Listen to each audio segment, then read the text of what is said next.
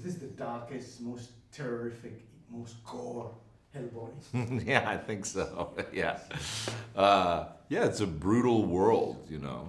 And I think that's very true to the comics in a sense. These graphic novels that have these brutal monster world, and monsters don't always do nice things. So yeah, there's a lot of gore to it, and beyond that, there's some psychological horror in terms of what monsters want to do to humanity.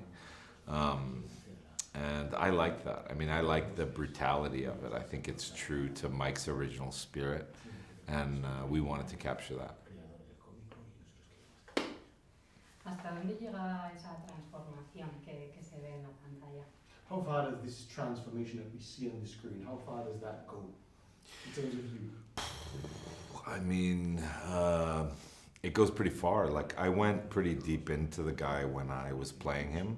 I was in Bulgaria. I didn't speak the language. I didn't have any friends. So I was able to just sort of go to my hotel room at night and sleep for 5 hours and then get back in the makeup chair and do it. And as I started to, for months and months, I was able to just lose myself in the character. I drew from a lot of stuff in my life in terms of my feelings of injustice or my desires, even my bestial desires, my anger, my, you know, these awful sort of feelings inside of myself, and then played that against like my conscious, what I want to be in the world, which is a good person. And I think that's the conflict that I wanted to highlight the most, is that I think we all have these natures that can sometimes be bestial. Like if somebody cuts us off on the road or something, we go, I'm gonna kill you, like, no. And then we say, like, I'm not gonna kill that person. So I think that in that way, it was really the play of those two things. And so you have to kind of go in both of those directions as you play him.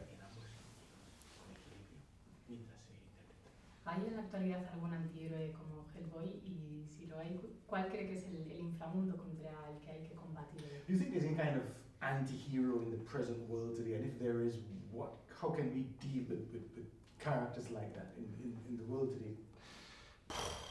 Anti-heroes in the world today? I mean, I think that we all, the central premise or metaphor of the film, I think is very apt for today, where this being is careening towards the apocalypse. It is in his nature to end the world, to destroy everything.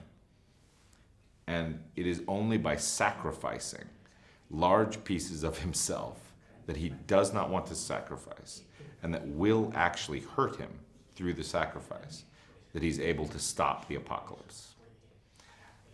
And the willingness to actually make those sacrifices is, to me, something that we're struggling with today in terms of, like, you know, on a simple level, something like climate change. I mean, to truly combat it, we have to make tremendous sacrifices that none of us want to make, myself included.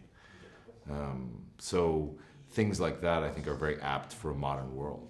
In terms of anti-heroes, you know, he very much is an anti-hero, but in a way, what makes him an anti-hero is not his conscious mind. In other words, he's not consciously, it's really this unconscious that is terrifying to himself and to the world. And it's him sort of struggling to create this superego that is able to ride the horse of his id or whatever that makes him heroic. And I think in that way he's very relatable. I mean, it's something that I do constantly in my life. I mean, it's something that I think we all struggle with, like who we are in reality or in the world, and then who we are underneath. ¿Ha tenido a los fans de Hellboy, quiero decir, tenía miedo acerca de cómo podría ser recibido su interpretación? Were you in any way afraid or apprehensive of the Hellboy fans, meaning you know that they're out there, and did you at any time think, well, how am I going to be received by them? How are they going to take it? Yeah, of course, yeah. I mean, you know, of course that plays on you. And especially before we started the project. But ultimately, I mean, my whole thing in life is that if you worry about what people think of you or what think of your choices, I don't think any of us would get out of bed. I think people are constantly looking for, especially in this modern world and especially with, you know, sort of social media, I think there's a lot of fighting and there's a lot of people that are sort of going against or for certain things. The voices are so loud nowadays that the only sort of North Star that you can follow is your own heart or your own being. And are your intentions pure? And do you want to create something beautiful?